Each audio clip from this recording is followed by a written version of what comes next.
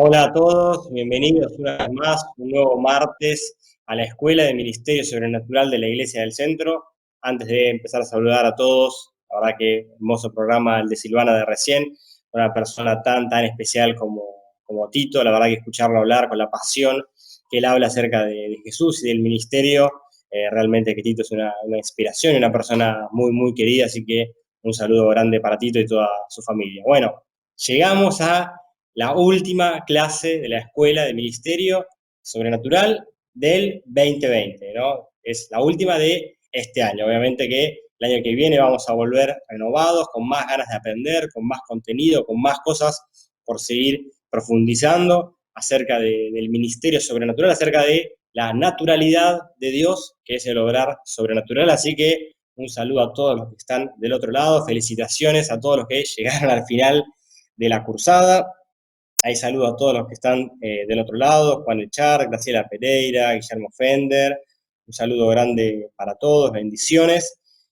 Bueno, los que pudieron participar de la clase del martes pasado, después tuvimos un Zoom ahí con el pastor Carlos, estuvo espectacular, la verdad que encima, la verdad Carlos estuvo muy generoso con su tiempo, estuvo 2 horas contestando todas las preguntas que surgieron ahí en los distintos grupos, en los distintos laboratorios, y la verdad que fue un tiempo espectacular de aprendizaje y también de comunión, de compartir juntos, y hoy llegamos a la última clase. Un pequeño comentario en términos logísticos. Hoy van a ser 2 materias más acerca de avivamiento, como bien explicó Gonzalo la semana pasada. Es una liviana introducción a la materia porque se puede hablar un montón del tema, así que 4 clases para cerrar bien arriba el año, para que vos termines también justamente avivado, inspirado a profundizar más en el espíritu y que esto no quede como una temporada de tu vida en la cual te capacitaste, sino que sea un puntapié, ¿no? Algo que inicie tu ministerio sobrenatural. Pero la clase que viene, el martes que viene, vamos a tener transmisión de la escuela, pero vamos a cerrar el año con una palabra de inspiración y de impartición de parte de nuestro pastor. No vamos a tener laboratorio el próximo martes, el mensaje que Carlos nos va a traer, obviamente que va a tener que ver con lo que vimos en la escuela, pero no es de una materia nueva, no es que va a introducir nuevos temas, ¿sí? Como si fuesen de clase o de currícula, digamos, sino que va a cerrar con una palabra de inspiración y de impartición, así que obviamente no se lo pierdan, seguí teniendo ahí reservado el martes, pero sabe que es solamente la transmisión por YouTube, así que ahora disponete a disfrutar de la clase con atención, ahí tenés tus cosas para anotar, tu bosquejo, el mate, lo que sea que vos acompañes la clase, y también disponete después a disfrutar del último Lama, compartiendo ahí un tiempo de honra, de disfrute, de testimonio, de oración unos por otros, que seguramente con las particularidades de cada grupo, pero va a ser hermoso ahí el cierre de cada grupo. Así que bueno, nos disponemos ahora a disfrutar de la primera clase que va a estar a cargo de Gonzalo, a mí me tocó la segunda clase, así que bueno, desde acá los bendecimos, los dejamos con la materia de Gonzalo.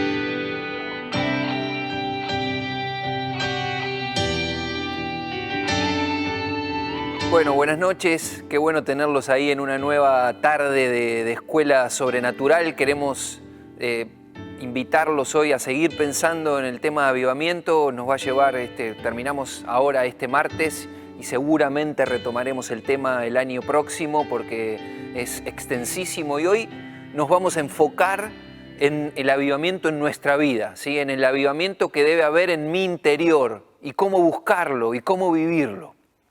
Cuando se produce el avivamiento, trae transformación, lo veíamos el martes pasado. Nunca un avivamiento se reduce a unas semanas de reuniones, meses, incluso años. La intención es que el fuego del mover de Dios se abra camino constantemente. El fuego siempre comienza en lo profundo, siempre comienza con los pobres de espíritu, con aquellos que reconocen su necesidad de Dios.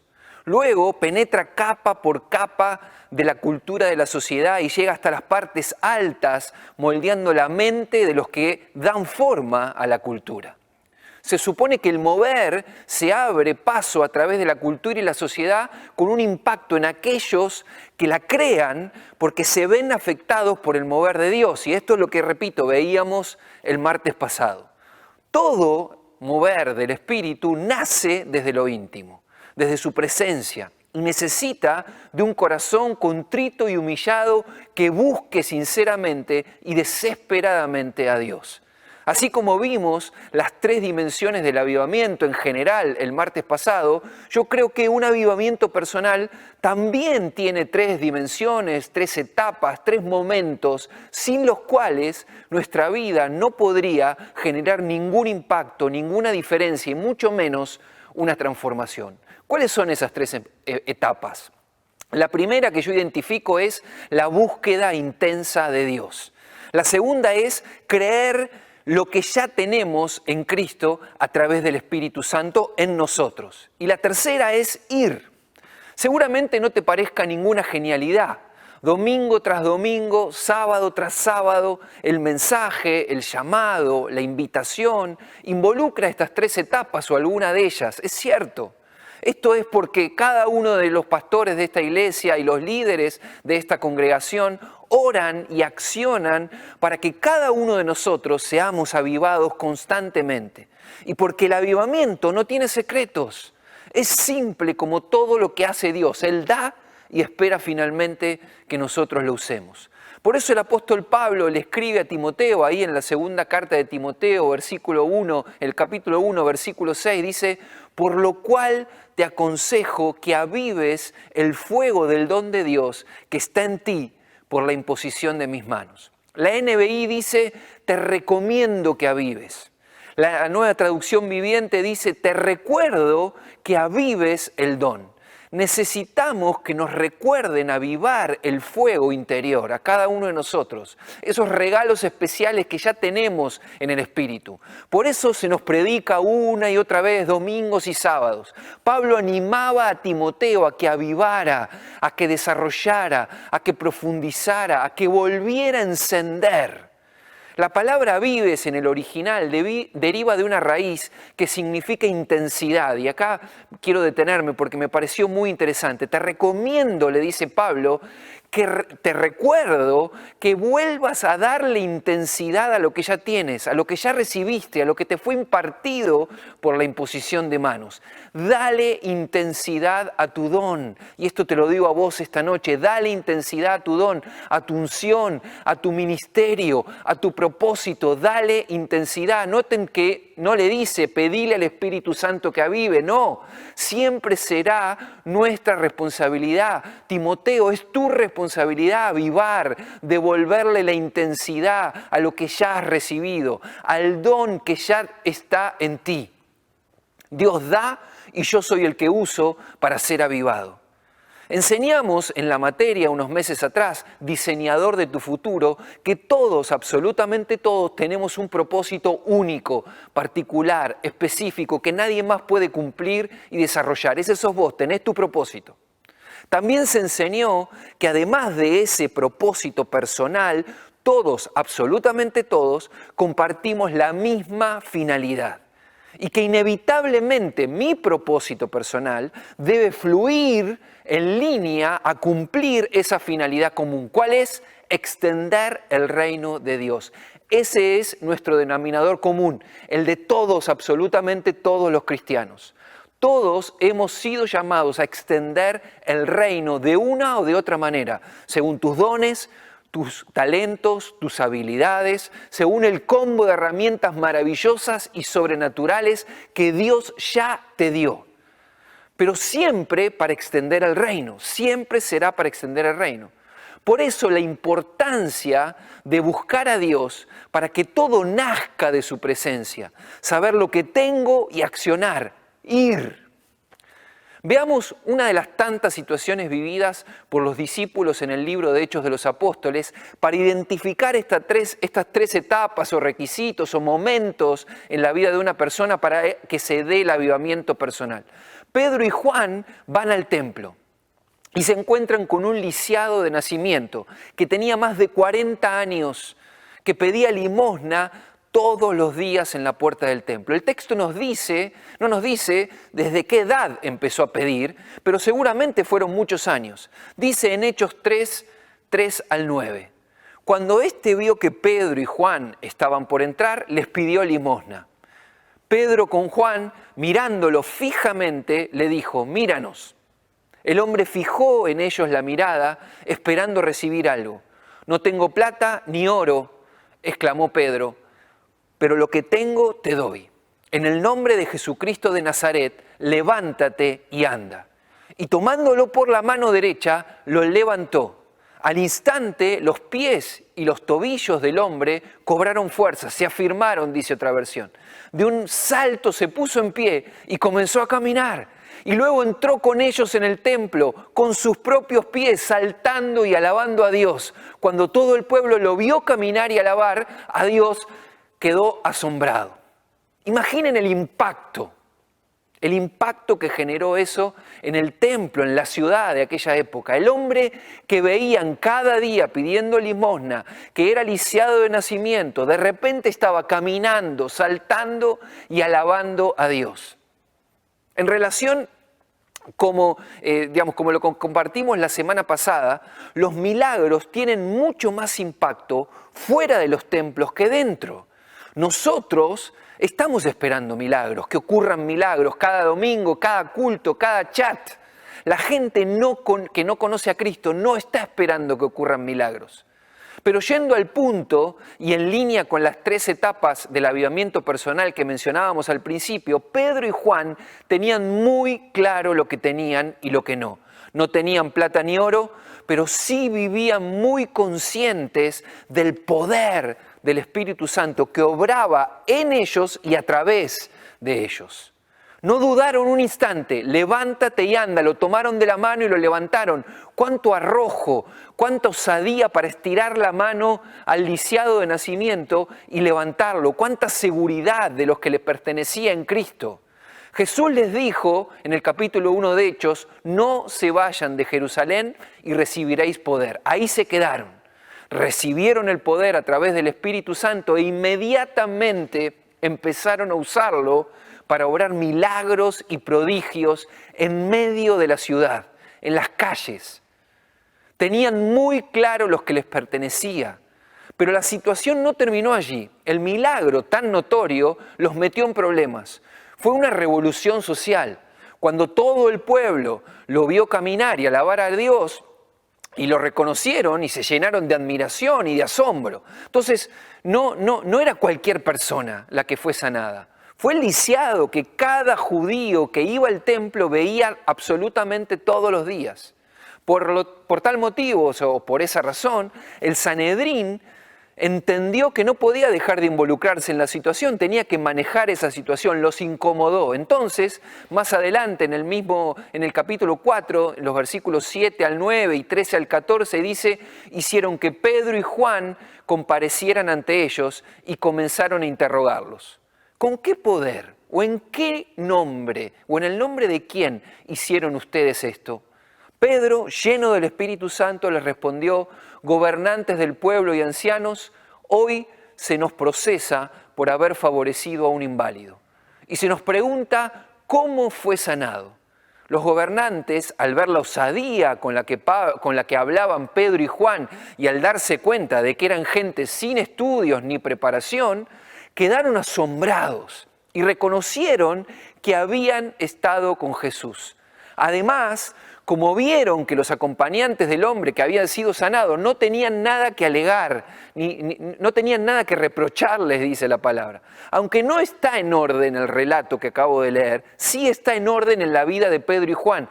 Llenos del Espíritu Santo, Pedro le respondió: como mencioné antes, habían obedecido a Jesús esperando recibir el Espíritu Santo allí en Jerusalén y su poder. Después, estos hombres que solo pensaban en su poder, me refiero a los del Sanedrín, en su bienestar, reconocieron algo clave que está ahí en el pasaje. Quedaron asombrados y reconocieron que habían estado con Jesús. Y acá te hago una pregunta para que vos te la hagas. ¿Cuánto se nota en tu vida que has estado con Jesús? ¿Se nota? En la traducción del lenguaje actual dice, reconocieron que habían andado con Jesús. La palabra original usada en este lugar implica una relación estrecha, una asociación, una compañía, un proceso. Habían vivido un proceso con Jesús. Habían estado cerca de Cristo. Se les notaba el tiempo que habían pasado con el Maestro. Estaba clara la intimidad con Jesús en los discípulos antes de hacer el milagro. Primero la intimidad, la búsqueda íntima de la presencia y después vinieron los milagros. En Hechos, en el capítulo 4, un poquito más adelante, en los versículos 18 al 22, dice, los llamaron y les ordenaron terminantemente que dejaran de hablar y enseñar acerca del nombre de Jesús. Pero Pedro y Juan replicaron, llenos del Espíritu Santo, ¿es justo delante de Dios obedecerlos a ustedes en vez de obedecerlo a Él? Júzguenlo ustedes mismos. Nosotros no podemos dejar de hablar de lo que hemos visto y oído, le respondieron los discípulos. Después de nuevas amenazas, los dejaron irse. Por causa de la gente, no hallaban manera de castigarlos. Todos alababan a Dios por lo que había sucedido, pues el hombre que había sido milagrosamente sanado tenía más de 40 años. No podían refrenar, no podían callar lo que tenían dentro, lo que habían vivido con Jesús, lo que habían experimentado en su presencia. El arrojo, la osadía, la valentía nace de haber estado tiempo con Jesús en su presencia, de no poder contener el fuego interior. Como decía el profeta Jeremías en el capítulo 20, en el versículo 9, decía, sin embargo, si digo que nunca mencionaré al Señor o que nunca más hablaré en su nombre, su palabra arde en mi corazón como un fuego, es como fuego en mis huesos. Estoy agotado, dice el profeta, tratando de contenerla. No puedo hacerlo, no puedo contenerlo. Sus palabras es como fuego en mi interior, decía el profeta, y eso mismo es lo que nos ocurre, lo que nos ocurrirá a nosotros cuando pasemos tiempo en la presencia de Dios. Pero sigue el relato. En Hechos, en el capítulo 4, los versículos 23 y 24 dice, al quedar libres, Pedro y Juan volvieron a los suyos y les relataron todo lo que habían dicho los jefes de los sacerdotes y los ancianos. Cuando lo oyeron, alzaron unánimes la voz en oración a Dios. Soberano Señor, esa fue su oración. Creador del cielo y de la tierra, del mar y de todo lo que hay en ellos. A pesar de tener claro lo que les pertenecía, lo que tenían dentro, cómo el Espíritu Santo obraba en ellos y a través de ellos siguieron buscando un poco más de ti, menos de mí, Señor, y más de ti. Tenemos un Dios al que nunca terminaremos de conocer en su totalidad. Siempre es el Dios por ser conocido. Y eso es desafiante, es emocionante, porque siempre tendremos algo para descubrir. Y esta iglesia incipiente, la iglesia del primer siglo, lo tenía claro y ante las amenazas que recibieron de dejar de hablar de Jesús, fueron en la búsqueda de más de Dios, de más de Dios, de más de Dios. Y presten atención lo que siguen diciendo los versículos 29 al 31. Y ahora, Señor, fíjense el clamor de esta iglesia que recién nacía. Presten atención a esto. Y ahora, Señor, toma en cuenta sus amenazas y concede a tus siervos el proclamar tu palabra sin temor alguno. Otra versión dice con todo denuedo, que implica franqueza, rudeza, seguridad, confianza, hacerlo públicamente. Por eso, le dicen después, siguiendo la lectura, extiende tu mano para sanar y hacer señales y prodigios mediante el nombre de tu santo siervo Jesús. Después de haber orado, tembló el lugar en el que estaban reunidos. Todos fueron llenos del Espíritu Santo y proclamaban la palabra de Dios sin temor alguno. La oración, la búsqueda, La intercesión era para ir, ese era el único objetivo, querían ir, querían salir, querían predicar. El pedido era para predicar con mayor denuedo, con mayor rudeza, con mayor seguridad. Y que esa predicación fuera acompañada por señales y prodigios. A pesar de haber sido amenazados, doblaron la apuesta. Cada discípulo, cada miembro de la iglesia incipiente dobló la apuesta. No menos, más denuedo, Señor. Más rudeza, más seguridad, más proclamación, acompañado de más milagros y señales. Dios siempre responde a un pueblo hambriento. Nunca nos negará más de su espíritu cuando lo anhelamos, cuando deseamos profundamente y cuando el deseo principal es que ese espíritu nos guíe, nos lleve a predicar su palabra. Así es Dios. Pone en nosotros el querer como el hacer por su buena voluntad. En resumen, se notaba que habían estado en la presencia de Dios. Lo dijeron los del Sanedrín, estos han estado con Jesús. Tenían muy claro lo que tenían. Lo que tengo te doy, le dijeron al lisiado. Iban todo el tiempo al frente. Pedían mayor unción para ir más y mejor, para predicar más y mejor, para llegar a mayor cantidad de personas. El mandato, el desafío siempre fue, es y será el mismo. Más bien busquen primeramente el reino de Dios y su justicia, y todas las demás cosas te serán añadidas. Busquen el reino. Todo lo demás, sin excepción, será añadido.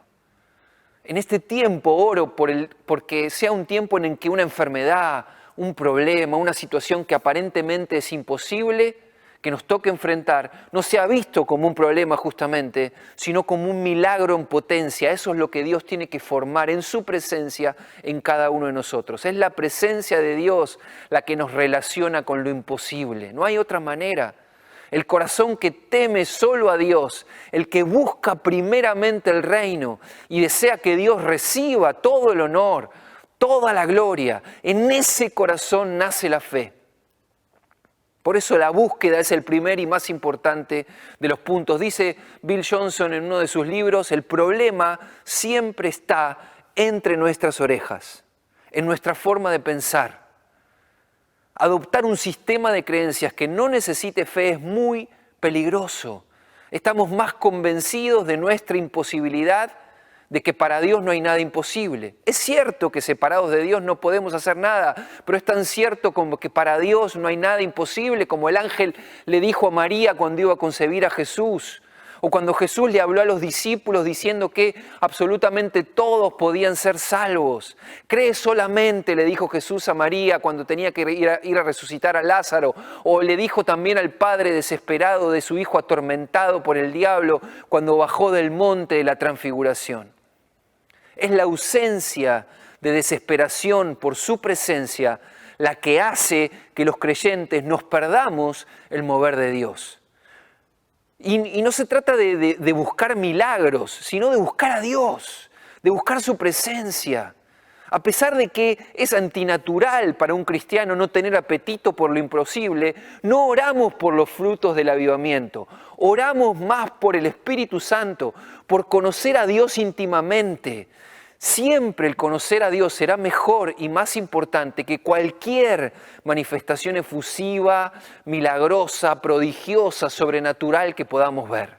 Nada, absolutamente nada, nunca se comparará con conocerlo a Él, a Jesús. Por eso es importante que te concentres en este primer punto. La búsqueda de su presencia es la clave. La búsqueda, la intimidad, el buscar en profundidad a Dios, el ponernos en lo secreto y entender ahí, conocer y recibir e incorporar su corazón para sentir, para ver, para palpitar lo que nuestro Dios palpita.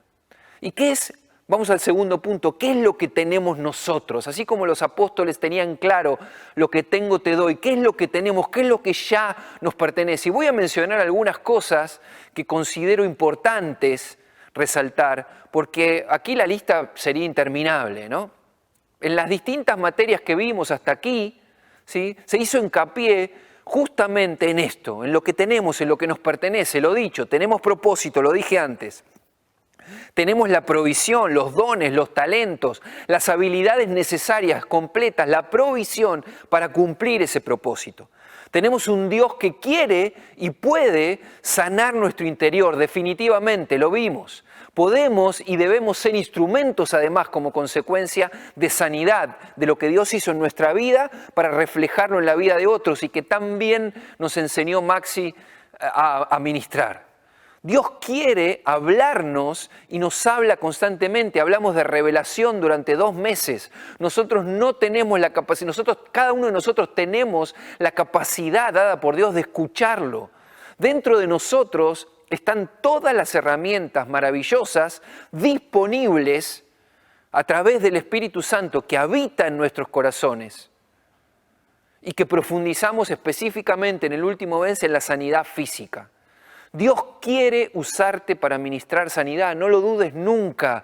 Poné tu mano sobre los enfermos. Somos parte de la comunidad maravillosa de la iglesia, la comunidad sanadora, restauradora, que además nos envía a ser agentes de transformación donde quiera que estemos. Nos enseñaban tanto Mango como Flor. La iglesia de la ciudad, eso somos nosotros, todo eso es tuyo. Así como el apóstol Pablo con Timoteo, lo único que hicimos fue recordarte cosas durante estos meses que ya te pertenecían. Por eso vuelvo a recomendarte que avives eso, lo que ya tenés en tu interior.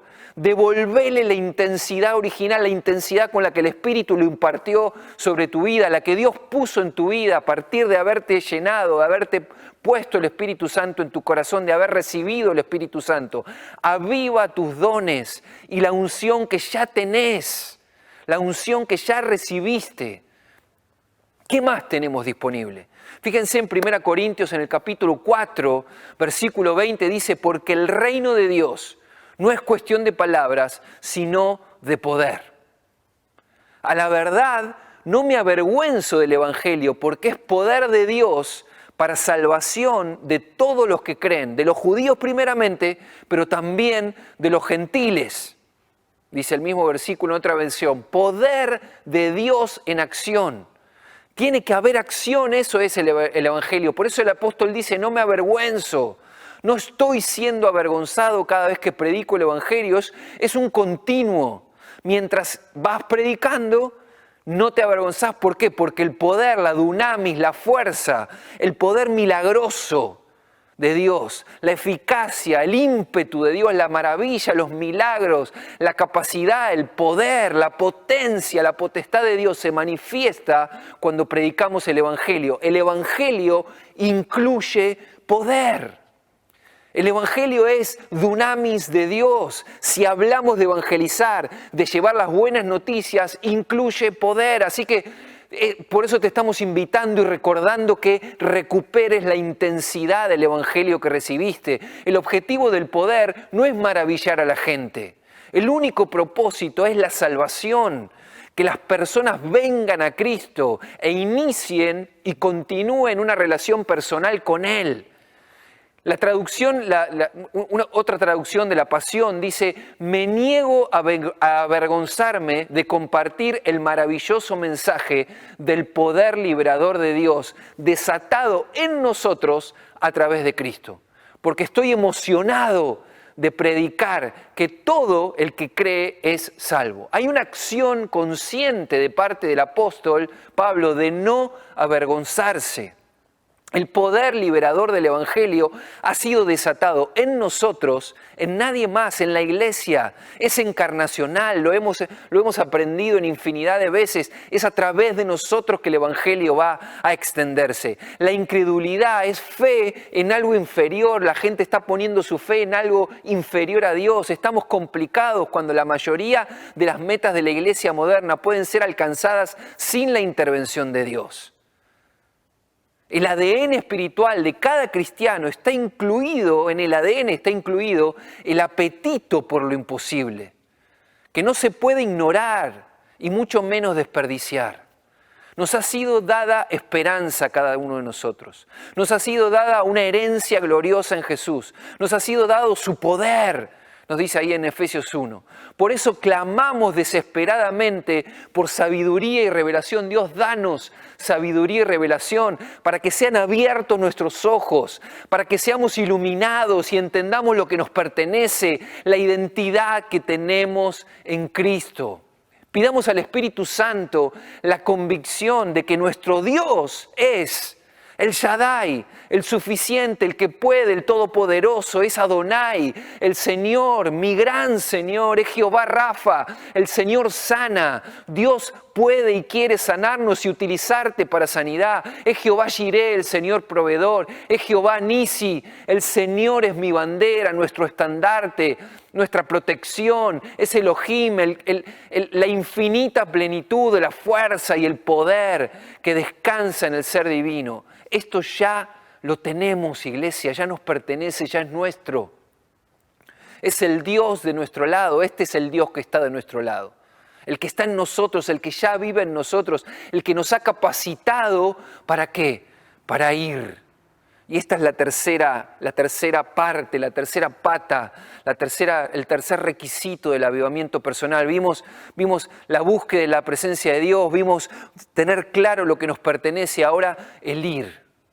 Dice, Jesús se acercó entonces a ellos y les dijo, se me ha dado toda autoridad, y en Mateo 28, se me ha dado toda autoridad en el cielo y en la tierra. Por lo tanto, vayan y hagan discípulos a todas las naciones, bautizándolos en el nombre del Padre, del Hijo y del Espíritu Santo, enseñándoles a obedecer todo lo que les he mandado a ustedes. Y les aseguro que estaré con ustedes siempre hasta el fin del mundo.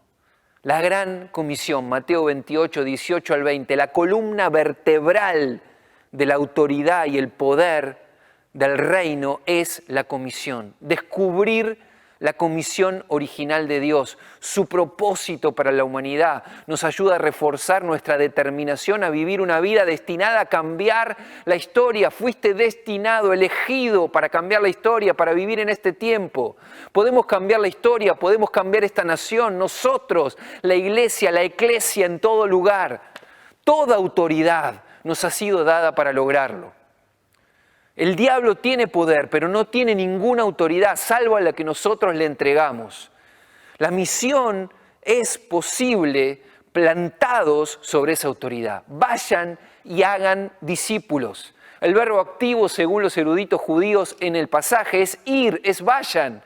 Mientras vamos, hacemos discípulos. Mientras vamos sanando, liberando, orando por la gente, predicando el año agradable del Señor, la libertad de los cautivos. No necesitamos un llamado especial y particular. En el ir hacemos discípulos donde estamos. Tenemos que ir, no tenemos que esperar alguna comunicación especial de parte de Dios. Vamos, iglesia, nos toca ir a cada uno de nosotros. Es tiempo, este es el tiempo de la acción, de salir a traer, a desparramar este avivamiento. Por eso les dije, ustedes son testigos de nuestra desgracia, decía Nehemías ahí en el primer capítulo. Jerusalén está en ruinas y sus puertas han sido consumidas por el fuego. Vamos, anímense, les dice Nehemías. Reconstruyamos las murallas de Jerusalén para que ya nadie se burle de nosotros. Entonces les conté cómo la bondadosa mano de Dios había estado conmigo y les relaté lo que el rey me había dicho. Al oír esto exclamaron, y aquí está la clave, y este es nuestro clamor, iglesia, manos a la obra, y unieron la acción a la palabra.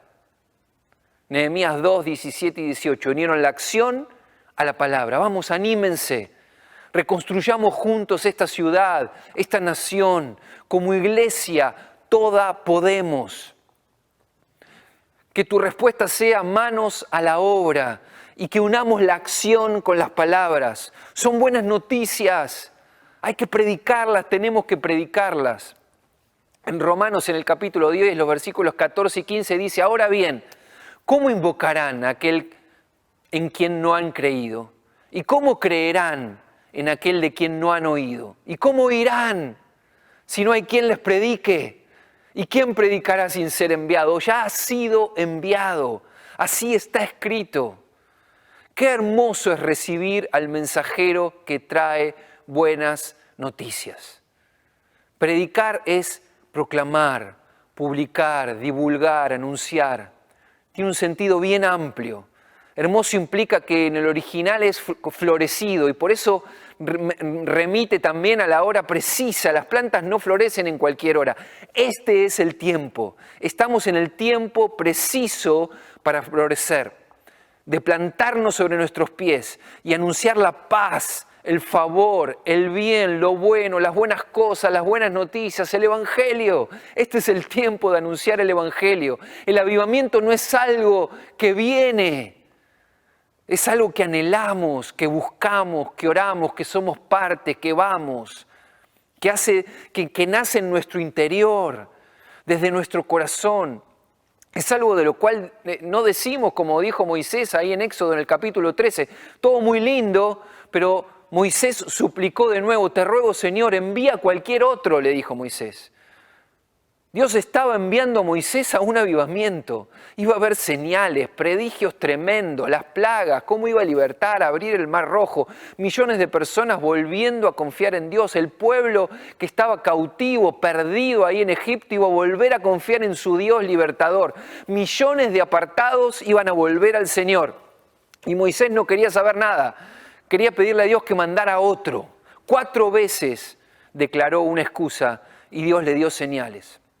Moisés no contaba con la Biblia, con el registro detallado de las maravillas de Dios, de todos los portentos que Dios ha hecho a lo largo de la historia para salvar a la humanidad.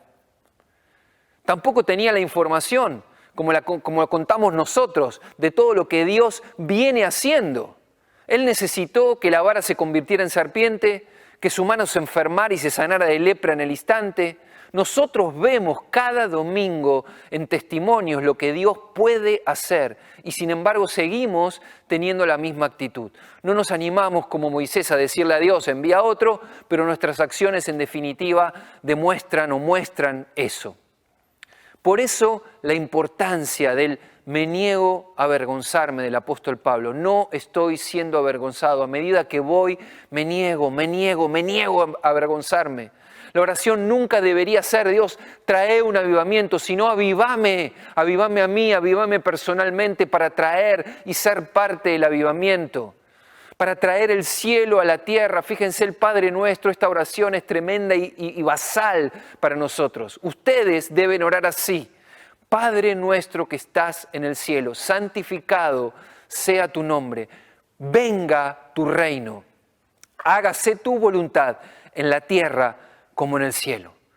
Ora sí, Padre nuestro que estás en los reinos celestiales, que la gloria, que tu nombre sea el centro sobre el cual gire nuestra vida. Manifiesta tu reino, haz que todos tus propósitos se cumplan en la tierra, tal como se cumplen en el cielo, dice otra versión. Vengan. De otra manera no ocurre, que venga tu reino, Señor. No va a ocurrir de otra manera, cerca, arriba, que sobrevenga tu reino. El reino habla de gobernar, de reinar, proviene de rey, de cimiento del poder. El reino establecido con poder y su voluntad, la determinación, específicamente el propósito de Dios, sea establecido sobre la tierra. Decía al principio que íbamos a ver cómo orar y qué orar. Y aquí el punto central de cualquier oración. Si existe en el cielo, debe ser manifestado en la tierra. Si existe en el cielo, si no existe en el cielo, debemos eliminarlo en la tierra. Como por ejemplo la enfermedad. En el cielo no hay enfermedad, entonces aquí tampoco la aceptamos. Y este es el principio. Lo que ocurre en el cielo lo establecemos en la tierra. Cada uno de nosotros cargamos el cielo, lo llevamos con nosotros, tenemos la autoridad dada por Dios para establecer el cielo en la tierra. Estamos aquí, vivimos aquí, pero no somos de aquí. Nuestras reglas de vida no son las del cielo, no son las de la tierra. No estoy hablando de misticismo barato, sino de vivir con los pies sobre la tierra, pero con las reglas del cielo, con los pensamientos del cielo, con la inteligencia del cielo, con la creatividad del cielo, con el arrojo del cielo, por la fe y no por vista. orando para que el dominio y la voluntad del reino se hagan realidad aquí y ahora. El Espíritu Santo es el agente invasor del cielo. El Espíritu Santo es el dunamis del cielo. Un encuentro con Dios es frecuentemente un encuentro con poder. La falta de ellos nos lleva a malentender a Dios y su palabra, y muchas veces formamos excusas, incluso bíblicas, de por qué Dios no obra sobrenaturalmente. Nuestro trabajo consiste en demostrar, nuestra misión consiste en demostrar que la realidad que existe en el cielo se puede manifestar aquí mismo, en este momento, en la tierra. Esto debe definir nuestra vida, es la gran comisión. Jesús le decía a las personas, el reino de los cielos se acercó y lo demostró sanando, liberando, transformando las estructuras culturales y sociales de su época. Vivamos una vida normal, normal. Hay un pasaje maravilloso que leyó un par de domingos atrás el pastor Sebastián que me quedó picando en la cabeza, que me quedó dando vuelta por la simpleza con la que le plantea las situaciones y en las ocasiones aquellas a las que le damos muchísima importancia y hasta en algunos casos un aire de complejidad o de desafío mayúsculo como cristianos. Y está ahí en Santiago, en el capítulo 5, los versículos 13 al 16, dice: ¿Está afligido alguno entre ustedes? Que ore. ¿Está alguno de buen ánimo? Que cante alabanzas. ¿Está enfermo alguno de ustedes? Haga llamar a los ancianos de la iglesia para que oren por él y lo ungen con aceite en el nombre del Señor. La oración de fe sanará al enfermo y el Señor lo levantará. Y si ha pecado, su pecado se le perdonará. Por eso confiésense unos a otros los pecados y oren unos por otros para que sean sanados. La oración del justo es poderosa y eficaz. Simple. Más simple imposible. Afligido, orá. Con ánimo, alabá. ¿Estás enfermo? Se lo unge con aceite y se sana. Punto, sin vueltas, sin espectacularidad. La vida normal que debemos vivir como creyentes, esta es la vida normal. Enfermedad, oración, sanidad. Reitero, oro para que cada vez que veamos una enfermedad, venga a nuestra mente un milagro en potencia. Decía el martes pasado, que Dios nos vuelva a la normalidad de los primeros cristianos. En los templos, en las casas, milagros en las calles, en los trabajos, en las universidades, en los colegios, donde estés. Señales que señalen a Cristo para que la salvación de muchos, señales que apunten al Salvador. Sí, estamos vivos en este tiempo, si estamos vivos y nos tocó vivir en este tiempo, es porque Dios nos eligió a vos y a mí para este tiempo de la historia particular de nuestro país y del mundo. Por eso, recordá avivar el don que Dios puso en tu vida, devolverle la intensidad original que Dios le puso al don sobre tu vida. Busca entonces, resumo, busca su presencia intensamente, íntimamente. Cree que Dios ya te ha dado todo lo que necesitas para extender el reino poderosamente, para usarte en milagros, en señales, en palabra, en proclamación del Evangelio. Y vayamos. En el ir vamos a ir haciendo discípulos.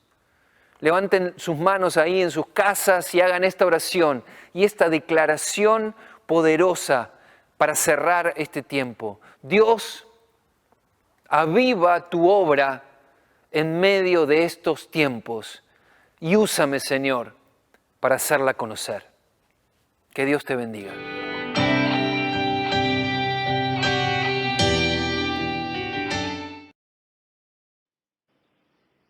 Hola, ¿cómo están? Qué lindo estar de vuelta ahí con ustedes, compartiendo una tarde más de la Escuela Sobrenatural. Realmente estamos agradecidos a Dios por haber transcurrido este año, obviamente totalmente diferente a como lo habíamos pensado, pero Dios nos dio la posibilidad de desarrollarlo y de tener, y estoy convencido de esto, de haber llegado a muchísimas más personas de lo que teníamos pensado llegar. Así que es una bendición para nosotros tenerlos ahí del otro lado y compartir con ustedes este tiempo, que como decía Mati al principio, va llegando al final.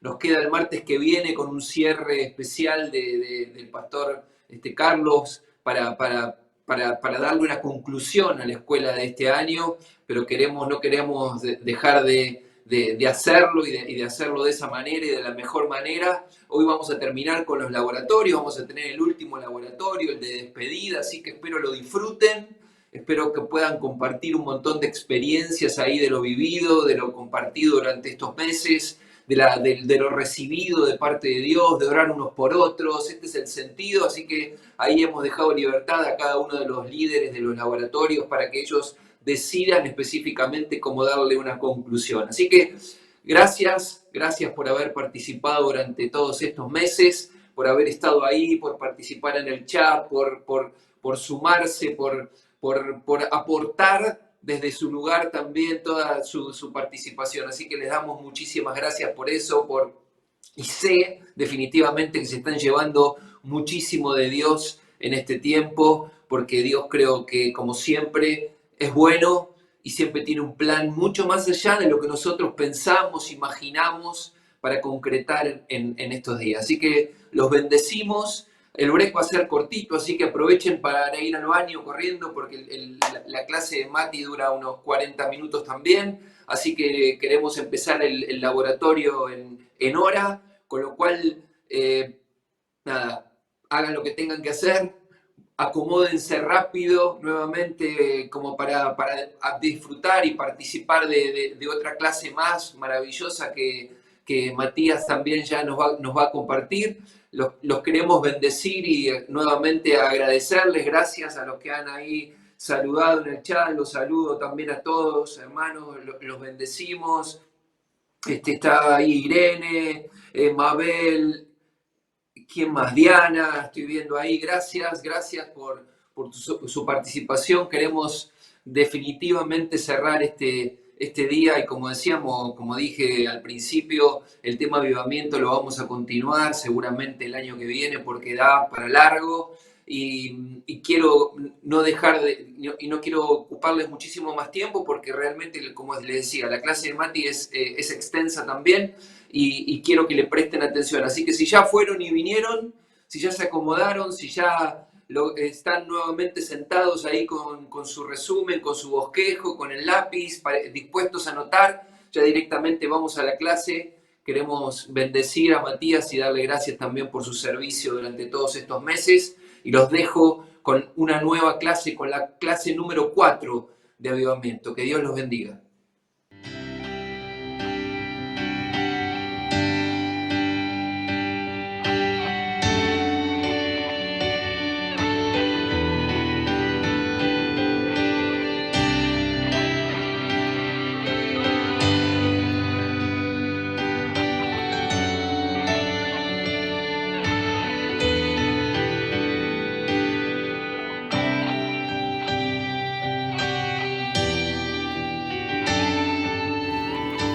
Bueno, qué clase impresionante acabamos de tener de la mano de Gonzalo Terrazas. Espero que todavía te quede ahí algo de espacio, algo de lugar para lo que vamos a aprender en los próximos minutos.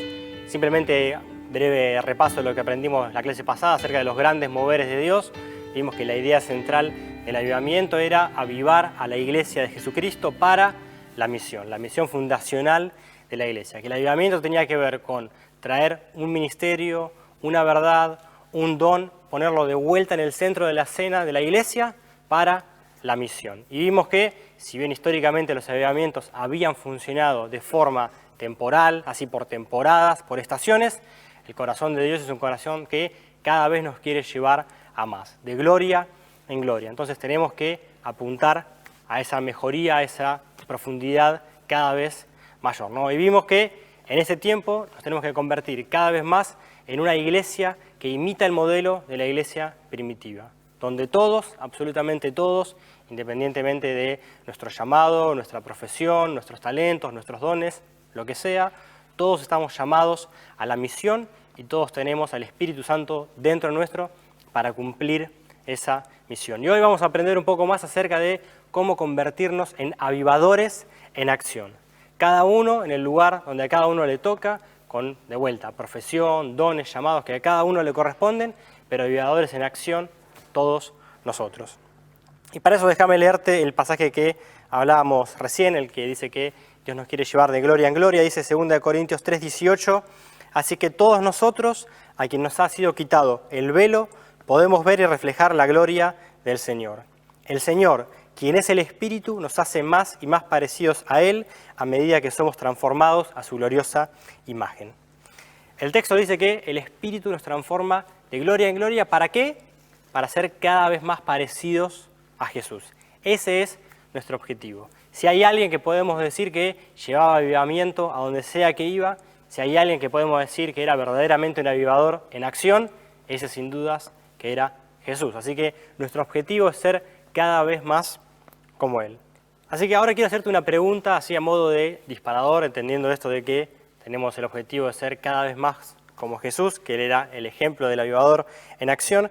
Quiero hacerle una pregunta a todos los estudiosos de la Biblia que están del otro lado, a ver si alguno sabe. ¿Alguno tiene idea de cuántos milagros realizó Jesús?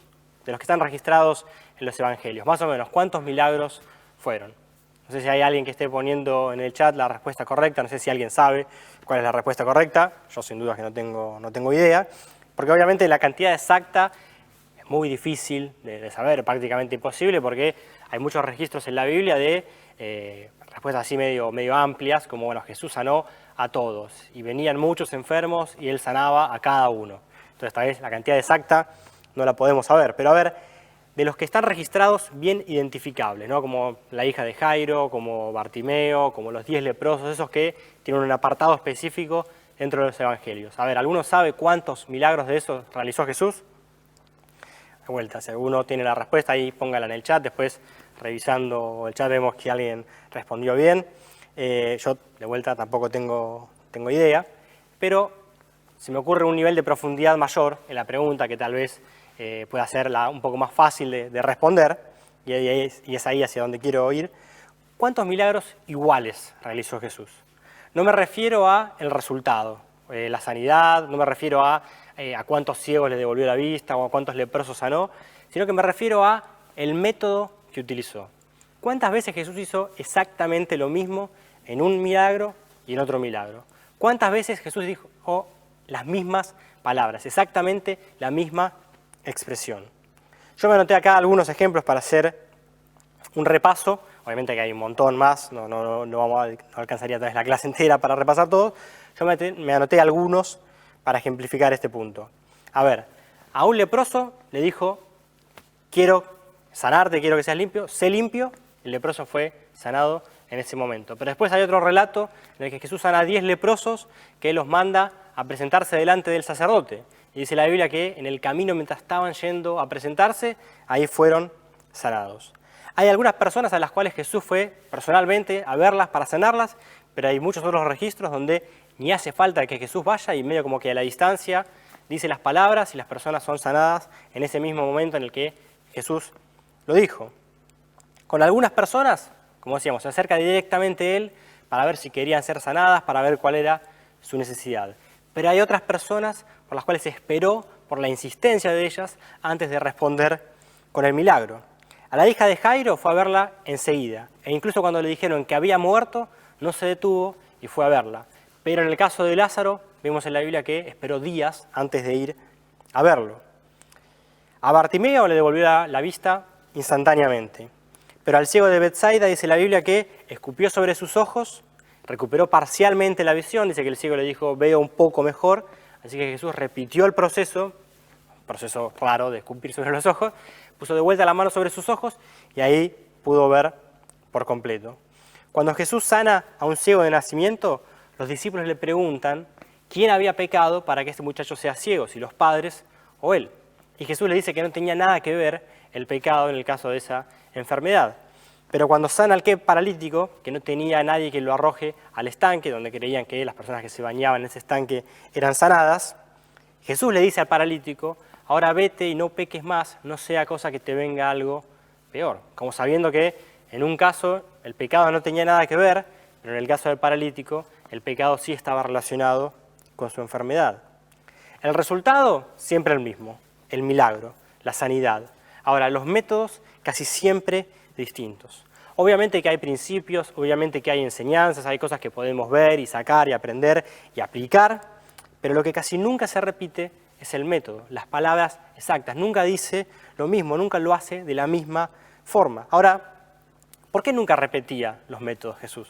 ¿Por qué si había funcionado con un leproso no usaba ese mismo método con otro leproso? ¿Por qué si había funcionado con un ciego no lo usaba con otro ciego? ¿Cómo hacía Jesús para tener este nivel de, vamos a usar esta palabra, efectividad en su búsqueda por los milagros? ¿Cómo hacía siempre para saber qué decir, cómo decirlo, de qué manera y siempre acertar, siempre dar en el blanco? Tal vez uno de los ejemplos más interesantes, o por lo menos para mí más interesantes de estos ejemplos que estamos dando, es cuando Jesús libera a aquel muchacho endemoniado que estaba poseído por un espíritu maligno llamado Legión. Puedes leer ahí el relato bíblico que está en el Evangelio de Marcos. Si vamos un poquito antes de cuando lo libera, dice que es Jesús quien dice, crucemos el mar hacia el otro lado. En ese momento en el que ellos están cruzando las aguas, es que viene esa gran tormenta, que ellos sentían que el barco se hundía, que los discípulos tienen que despertar a Jesús, decirle, che, no te importa que nos estamos ahogando, nos estamos a punto de morir, vos estás ahí durmiendo, por favor, hace algo. Y dice la Biblia que, bueno, cruzan, llegan del otro lado, Jesús libera a este muchacho, pero dice la Biblia que Jesús permite que ese espíritu inmundo, Legión, vaya ahí a un grupo de cerdos, los cerdos terminan precipitándose, cayéndose y mueren. Y dice la Biblia que la gente, al ver semejante escena tan dramática, se asustan y le piden a Jesús, por favor, andate, porque tenemos miedo, no entendemos esto, pero no queremos saber nada. Y Jesús se va con sus discípulos. Y si uno lo piensa humanamente, si uno lo ve ahí con ojos exclusivamente humanos, y tal vez los discípulos también lo pensaron, hicimos todo esto para salvar a una persona. Casi nos ahogamos y salvamos a uno y nos volvemos.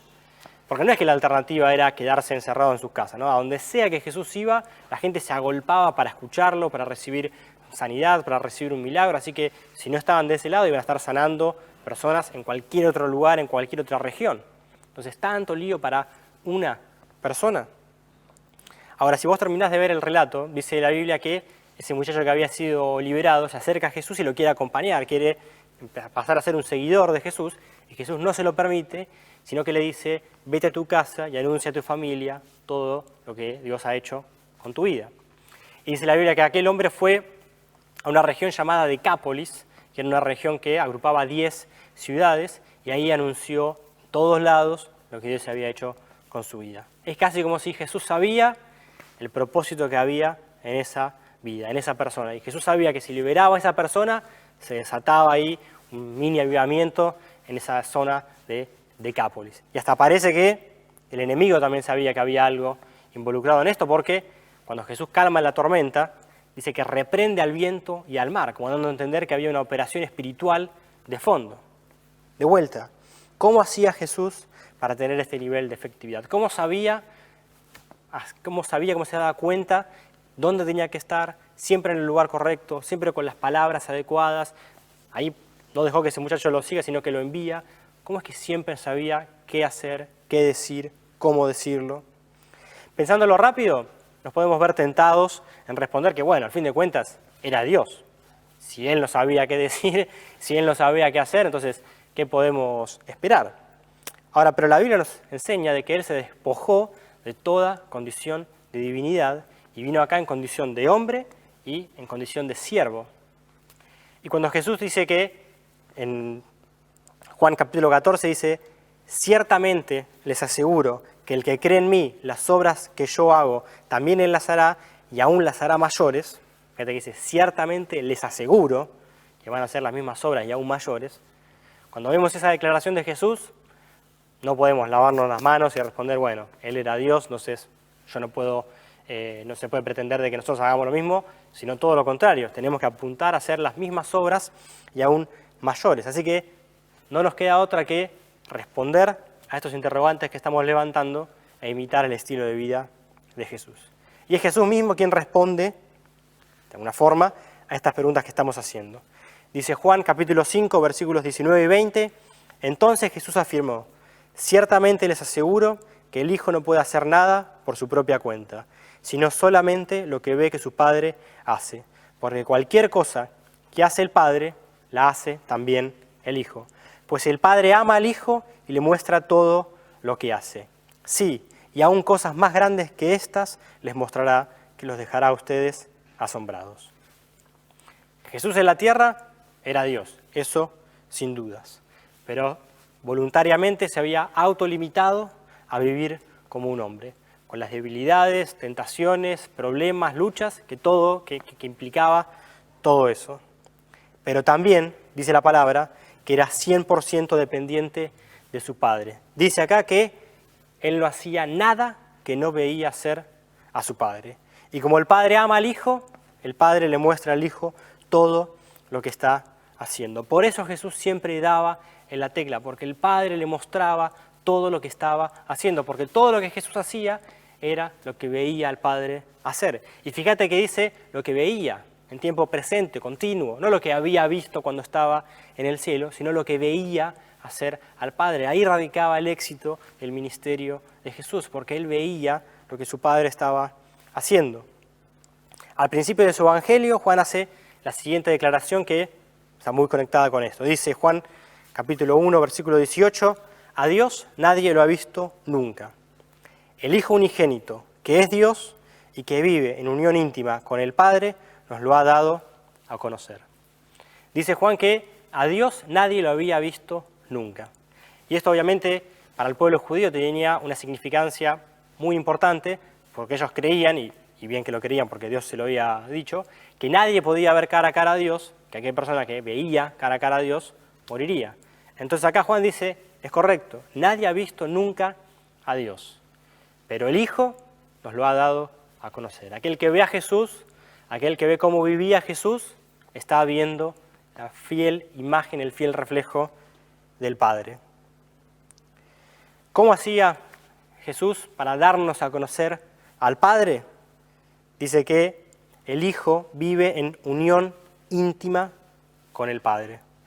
Esa expresión en el original, en el idioma original en que está escrita la Biblia, apunta al mayor nivel de intimidad, de comunión más profunda entre dos personas. El Hijo, Jesús, vivía una comunión de lo más íntima e ininterrumpida con su Padre Dios. Y por eso es que Él podía reflejarlo plenamente. Es por eso que Él podía decir que veía hacer al Padre y eso replicaba. Y esta íntima comunión es mucho más que una rutina de oración, es mucho más que una disciplina devocional, por más de que estas cosas son obviamente súper importantes y en esta iglesia siempre se enseña acerca de eso, pero Jesús no usó esas expresiones para explicar cómo era su manera de vivir, sino que Él dijo que no hacía nada que no veía hacer al Padre. En Juan capítulo 4, versículo 34 dice que su alimento era hacer la voluntad de su Padre. En Juan capítulo 12, versículos 49 y 50 dice que no decía nada que no oía decir al Padre, que las palabras que Él hablaba eran las palabras que había escuchado de parte de su Padre. Jesús dejó bien en claro que este era su estilo de vida, un estilo de vida de íntima unión, de íntima comunión con el Padre, es decir, de total y absoluta dependencia de su Padre celestial. Esa fue su manera de vivir acá en la tierra y desarrollar su ministerio con éxito. Y como decíamos antes, Jesús también afirmó que nosotros, que vos y yo, estamos llamados a hacer las mismas obras que Él hacía y aún mayores. Por eso debemos imitar su manera de vivir. Y Jesús lo explicó bien claramente. Mirá cómo dice Juan capítulo 15, a partir del versículo 5. Dice, pasaje recontra conocido, yo soy la vid y ustedes son las ramas. El que permanece en mí, como yo en él, dará mucho fruto. Separados de mí, no pueden ustedes hacer nada. El que no permanece en mí es desechado y se seca, como las ramas que se recogen, se arrojan al fuego y se queman. Si permanecen en mí, y mis palabras permanecen en ustedes, pidan lo que quieran y se les concederá. Mi Padre es glorificado cuando ustedes dan mucho fruto y muestran así que son mis discípulos. Jesús dijo que Él no hacía nada que no veía hacer al Padre. Y acá dice que nosotros, separados de Él, no podemos hacer nada. El mismo patrón, la absoluta dependencia.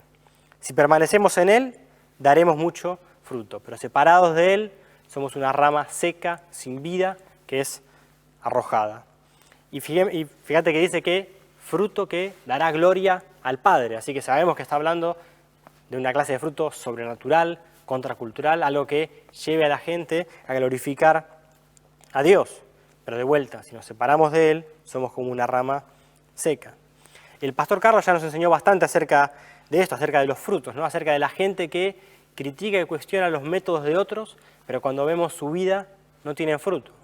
Y acá Jesús deja bien en claro que Él espera de nosotros que demos mucho fruto, que esa es nuestra manera de demostrar que somos discípulos de Él cuando damos mucho fruto. Y la única forma de hacerlo es con un estilo de vida de dependencia, de permanencia en Él y en sus palabras. Hay en este pasaje una frase que es bastante curiosa, pero es central para entender esto que estamos hablando. Dice Jesús que, esto es lo que dijo, si permanecen en mí, y mis palabras permanecen en ustedes, pidan lo que quieran y se les concederá.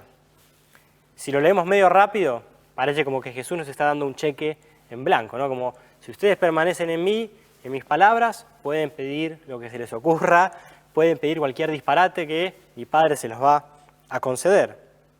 Pero obviamente Jesús no se refería a eso. ¿A qué estaba apuntando? ¿Qué quiere decir que el Padre nos va a conceder todo lo que pidamos?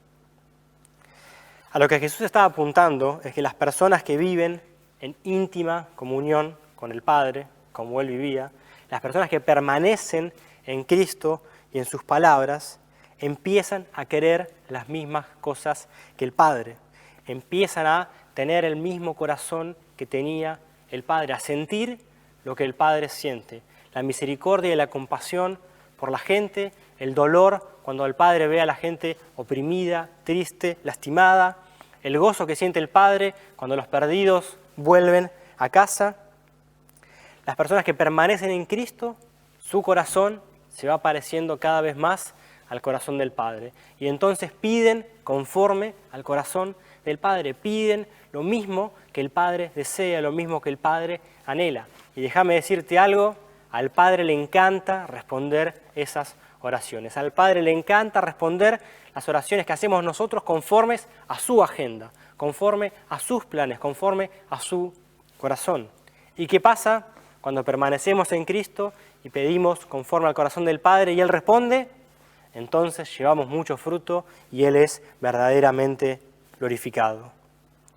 Mirá cómo termina Jesús esta enseñanza, dice a partir del versículo 15, ya no los llamo siervos, porque el siervo no está al tanto de lo que hace su amo. Los he llamado amigos, porque todo lo que a mi Padre le oí decir, se los he dado a conocer a ustedes. No me escogieron ustedes a mí, sino que yo los escogí a ustedes y los comisioné para que vayan y den fruto, un fruto que perdure.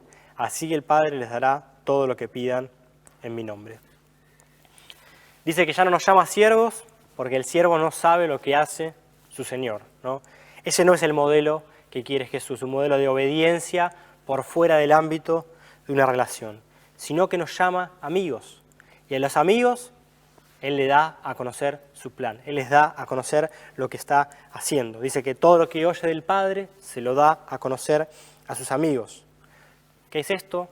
Lo próximo en la agenda de Dios. ¿Qué decir? ¿Qué hacer? ¿Cómo hacerlo? ¿Hacia dónde ir? Y continúa diciendo que para que no queden dudas para nadie, que Él nos eligió, que no lo elegimos nosotros a Él, sino que Él nos eligió a nosotros y nos comisionó a vos y a mí para que llevemos fruto. No es opcional, no es un tema de si lo siento o no lo siento, no es un tema de los dones que tengo, no es un tema de los llamados que tengo. Vos y yo fuimos comisionados para llevar fruto. Y termina diciendo lo mismo, que el Padre nos dará todo lo que pidamos conforme, cuando pidamos algo en su nombre, el Padre nos lo dará todo, para que Él sea glorificado en ese proceso. Y para que no queden dudas de que nosotros podemos llevar adelante esta misión, Jesús nos dejó al Espíritu Santo. Esto que yo te estaba leyendo hasta recién era Juan capítulo 15, capítulo siguiente, Juan 16, dice ahí a partir del versículo 13, pero cuando venga el Espíritu de la verdad, Él los guiará a toda verdad, porque no hablará por su propia cuenta, sino que dirá lo que oiga y les anunciará las cosas por venir. Él me glorificará porque tomará de lo mío y se lo dará a conocer a ustedes. Todo cuanto tiene el Padre es mío. Por eso les dije que el Espíritu tomará de lo mío y se los dará a conocer a ustedes. Dice acá Jesús bien claramente, el Espíritu Santo nos guiará hacia toda verdad, nos enseñará las cosas que han de venir y tomará de lo que es de Jesús, que es lo mismo que es del Padre, y nos los dará a conocer a nosotros. Entre la Trinidad no hay ningún secreto, y Dios quiere que tampoco haya secretos entre la Trinidad y nosotros, sino que vivamos en íntima comunión para saber cuál es lo próximo de esa agenda, para saber qué hacer, en qué momento, donde sea que Jesús nos ponga. Por eso que el primer paso, el punto de partida para convertirnos en avivadores en acción, para poder hacer las mismas obras que hacía Jesús y aún mayores, es nuestra intimidad con Él. De vuelta, no es una rutina devocional, por más buena que ésta sea. Es una dependencia total y absoluta, que podamos decir, al igual que Jesús decía, no podemos hacer nada que no veamos hacer al Padre. Digo lo que escucho de parte de mi Padre, nada más ni nada menos. Muchas veces las oraciones por avivamiento son más oraciones por el fruto del avivamiento y se tratan de imitar métodos, formas, estilos, estudiando avivadores del pasado, como si ahí hubiese un método secreto que nos garantice el próximo avivamiento. Pero en realidad el verdadero secreto es un estilo de vida, de intimidad, de comunión, de dependencia del Padre, de dependencia absoluta, de permanecer en Él, sabiendo que lejos de Él somos como una rama sin vida.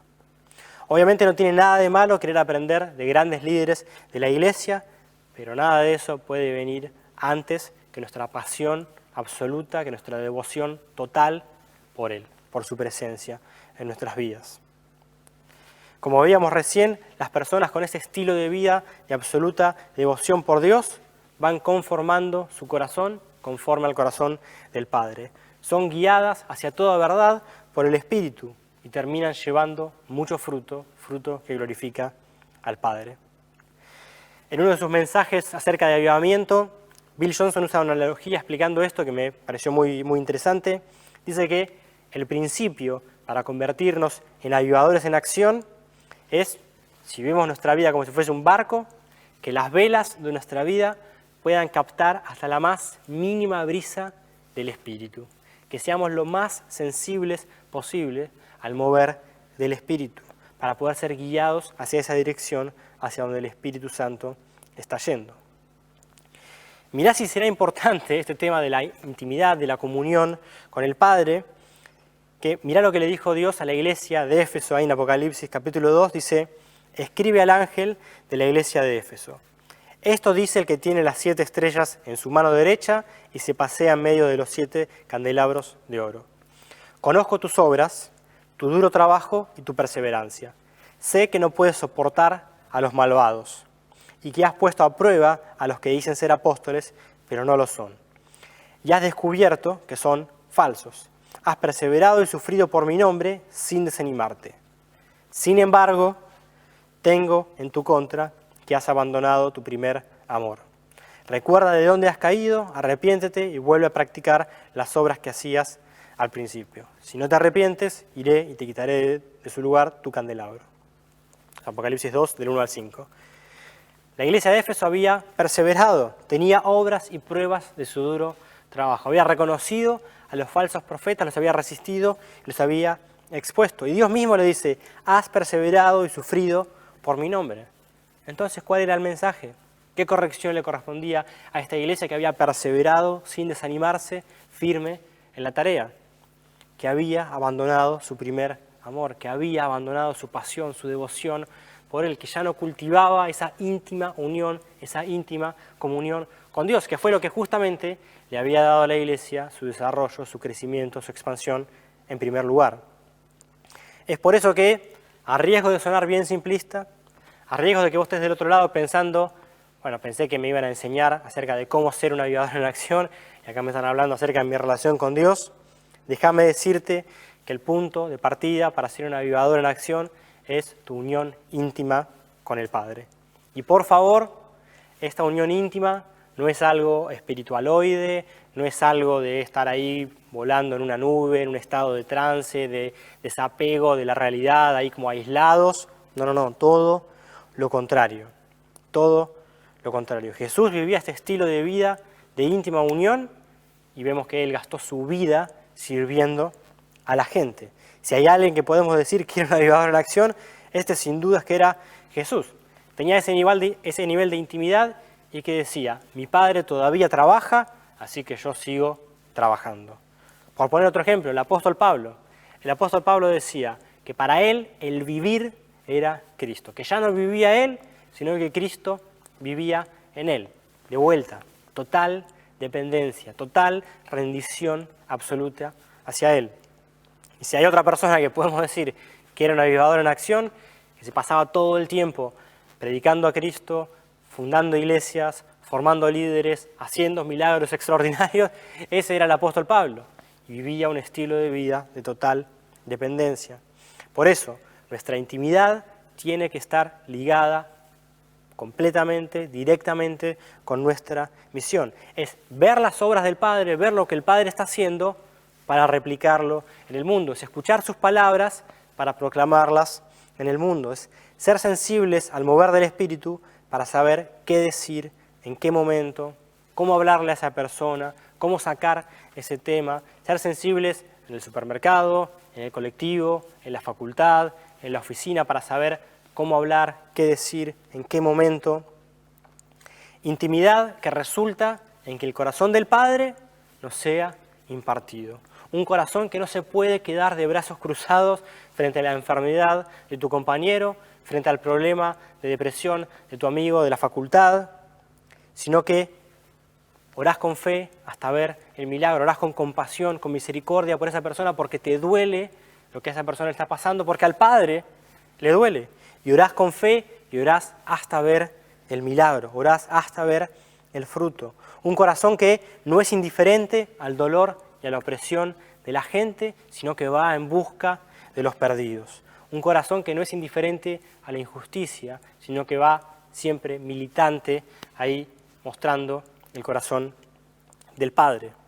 Me hace acordar a la canción que cantamos que dice, es así como peleo, canción espectacular. ¿Cómo peleamos nosotros? En lo secreto, en intimidad con el Padre, de rodillas delante de su presencia, clamando por más de Él, clamando por más del Espíritu Santo. Para quedarnos ahí aislados disfrutando de su presencia, no. Recibir todo eso para vaciarnos en el mundo. Ahí es donde se gana la batalla en primer lugar, de rodillas en nuestra intimidad y después se manifiesta esa victoria públicamente. Dice Juan en la primera de sus cartas, primera de Juan 3:8 dice, el Hijo de Dios fue enviado precisamente para destruir las obras del diablo. ¿Cómo lo hizo? Trayendo buenas nuevas a los pobres, libertad a los cautivos, libertad a los oprimidos, sanidad a los enfermos. Jesús lo explicó mejor. El enemigo viene a robar, matar y destruir, pero yo he venido para que tengan vida y vida en abundancia. ¿Cómo hizo para destruir con tanto éxito las obras del enemigo? Vivía en un estado de total dependencia del Padre. Y como nos explicó magistralmente el pastor Carlos en su clase acerca de la soberanía de Dios, la Iglesia, es decir, vos y yo, estamos llamados a continuar esa tarea de Jesús. Mirá lo que dicen los siguientes pasajes. Hebreos 10, capítulo 10, versículos 12 y 13. Pero este sacerdote, hablando de Jesús, después de ofrecer por los pecados un solo sacrificio para siempre, se sentó a la derecha de Dios, en espera de que sus enemigos sean puestos por estrados de sus pies. Y Romanos 16:20 dice, muy pronto el Dios de paz aplastará a Satanás bajo los pies de ustedes. Como nos explicaba Carlos, Dios sigue siendo soberano y en la cruz venció al diablo y le devolvió al ser humano la autoridad sobre la creación. ¿A quiénes? a sus hijos y a sus hijas, es decir, a la iglesia, a vos y a mí.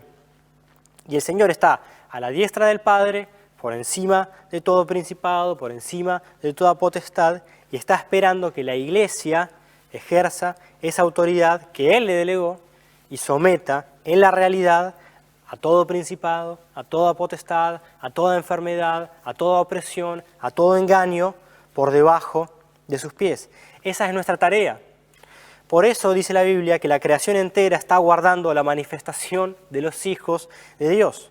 Y en Jesús tenemos el metro patrón perfecto del Hijo manifestándose. ¿Qué hace el Hijo? Refleja al Padre. ¿Cómo lo refleja? Viviendo en íntima unión con Él.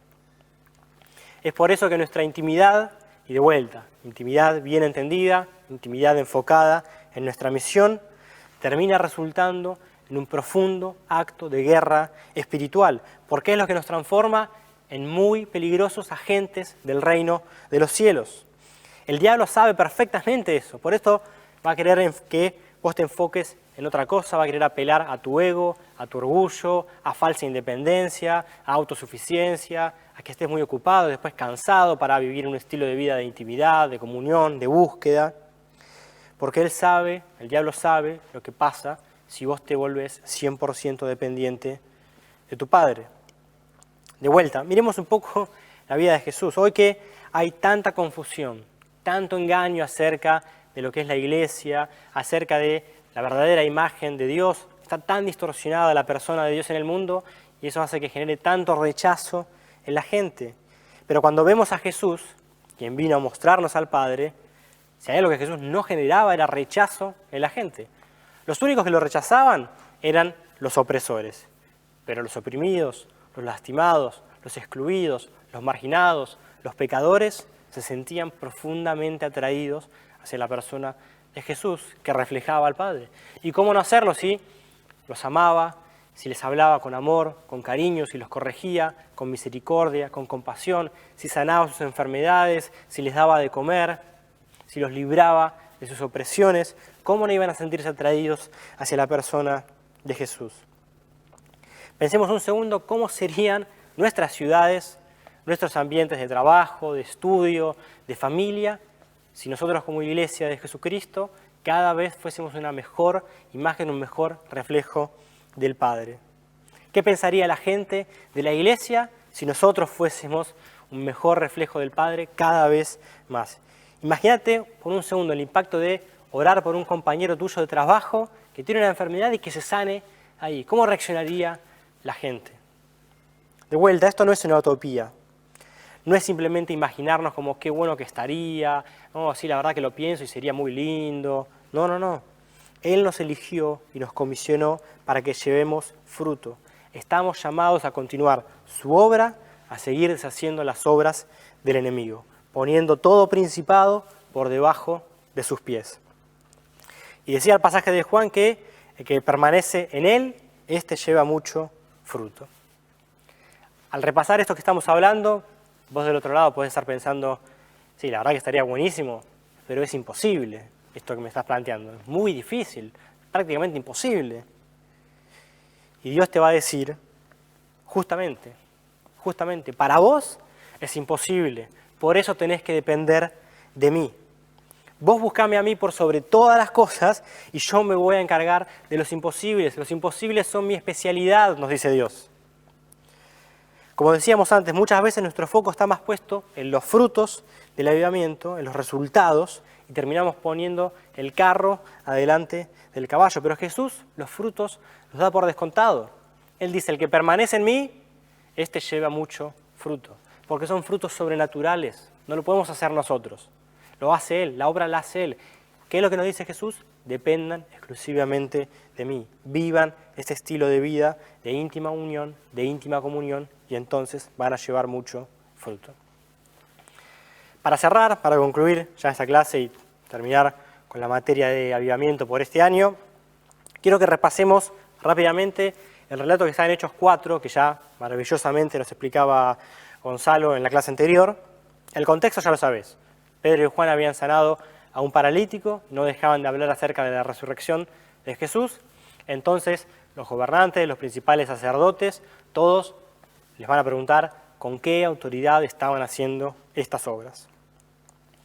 Y dice ahí Hechos 4, a partir del versículo 8 hasta el 13, Pedro, lleno del Espíritu Santo, les respondió: gobernantes del pueblo y ancianos, hoy se nos procesa por haber favorecido a un inválido, y se nos pregunta cómo fue sanado. Sepan pues todos ustedes y todo el pueblo de Israel que este hombre está aquí delante de ustedes, sano, gracias al nombre de Jesucristo de Nazaret, crucificado por ustedes, pero resucitado por Dios. Jesucristo es la piedra que desecharon ustedes los constructores y que ha llegado a ser la piedra angular. De hecho, en ningún otro nombre hay salvación, porque no hay bajo el cielo otro nombre dado a los hombres mediante el cual podamos ser salvos. Y dice en el versículo 13, los gobernantes, al ver la osadía con que hablaban Pedro y Juan, y al darse en cuenta que eran gente sin estudios ni preparación, quedaron asombrados y reconocieron que habían estado con Jesús. El relato más extraordinario.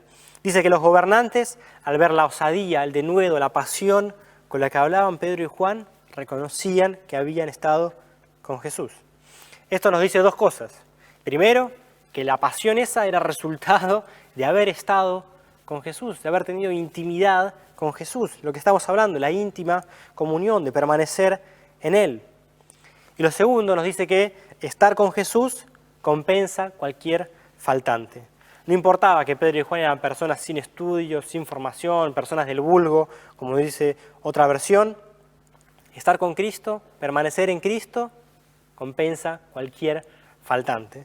Obviamente esto no quiere decir que no haya que estudiar, no haya que formarse, pero sí quiere decir que no importa tu trasfondo, no importa tus oportunidades, no importa tus recursos, si vos permaneces en Cristo, vas a llevar mucho fruto. Y el pasaje sigue diciendo: además, como vieron que los acompañaba el hombre que había sido sanado, no tenían nada que alegar. Así que les mandaron que se retiraran del consejo y se pusieron a deliberar entre sí. ¿Qué vamos a hacer con estos sujetos? Es un hecho que por medio de ellos ha ocurrido un milagro evidente. Todos los que viven en Jerusalén lo saben y no podemos negarlo. El hombre que habían sanado estaba ahí con ellos, así que los detractores no tenían nada más para agregar. Cuando tenemos frutos, no hay argumento, no hay alegato, no hay discusión que nos pueda frenar. Y los mismos gobernantes terminan afirmando: es un hecho que por medio de ellos ha ocurrido un milagro. Todo Jerusalén lo sabe, no podemos negarlo. Y el pasaje termina con lo siguiente, y esto es lo que yo quiero que vos te lleves en esta noche, en esta clase. Dice ahí a partir del versículo 17, pero para evitar que este asunto siga divulgándose entre la gente, vamos a amenazarlos para que no vuelvan a hablar de ese nombre a nadie. Los llamaron y les ordenaron terminantemente que dejaran de hablar y enseñar acerca del nombre de Jesús. Pero Pedro y Juan replicaron: ¿es justo delante de Dios obedecer a ustedes en vez de obedecerlo a Él? Júzguenlo ustedes mismos.